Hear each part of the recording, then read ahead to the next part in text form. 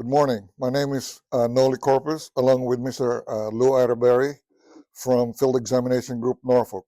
And today we are going to discuss how to verify the entitlement to CSPP. The references for this entitlement are DoD FMR Volume 7 Alpha, Chapter 18, the OPNAB Instruction 7220.14 Series, and the Defense Joint Military Systems Procedure Training Guide, Part 1, Chapter 7. CARCIPE premium is considered a special pay in addition to the member receiving CARCIPE for station on board Category A type vessels for periods of continuous sea duty. In order to be eligible for CARCIPE premium, the service member must have served 36 consecutive months of sea duty on board the ship. CSPP entitlement begins on the first day of the 37th consecutive month. The following pay grades may be entitled to CSPP: officers from O1 through O6, all warrant officers, E1 through E4 and E5 through E9, providing these members do not have over 8 years of sea duty service.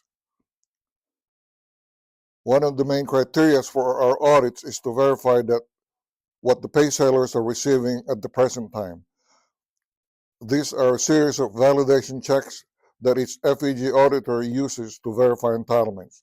The Defense Military Office Report and the Navy Standard Integrated Personal Systems, INSEPS, are the tools our office uses to write an advice of error discrepancies if the member is entitled or not entitled to pay and allowances, and submit those notes to the command's respective command, pay, pass coordinator, administrator.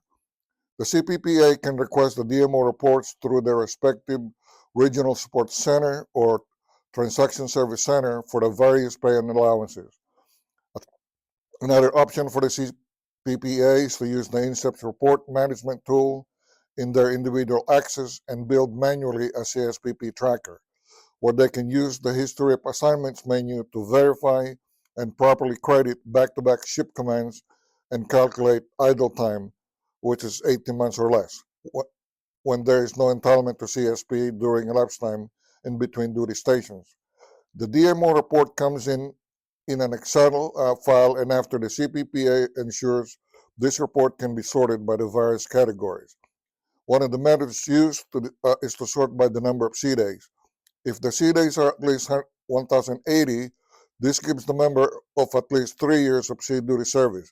Then by viewing the tools in the validation checks of the previous slide, then the CPPA can determine if the if the member is entitled to CSPP. If the member is in pay grade E5 through E9 with 2,880 days or greater, then no entitlement to CSPP exists.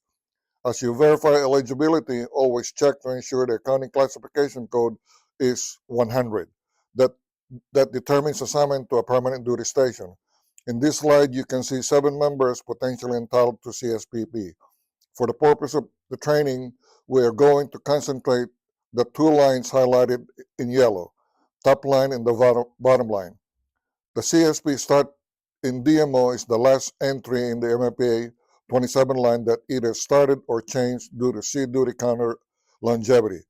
The sea days will credit the total amount of sea duty service the member has in their career. The top line in the previous slide is 3-year anniversary from the CSP start date and date gain in INSEPS. This slide reflects the manual computation from the report date in INSEPS and what has shown in a DMO report. Report date plus 36 months equals CSPP start date. The bottom line in slide 5 reflects a CSP start date as 10/21/24, which matches the report date of the USS James E. Williams DDG-95. The history of assignments also reflect the member was on the USS Lady Gulf CG-55 from 1/11 to September 27, 2024, and TEMDU at Commander Carrier Strike Group 10 from 9/27 to 10/20/24. In this computation, the member is credited 8 months and 17 days while on board the USS Lady Gulf. The TEMDU assignment is less than 18 months, which is considered idle time for eligibility for CSPP. Since the member reported on 10/21/24, they would have to serve an additional 2 years, 3 months, and 13 days to be eligible to CSPP on 2/4/2027. This concludes training of CSPP and the eligibility requirements.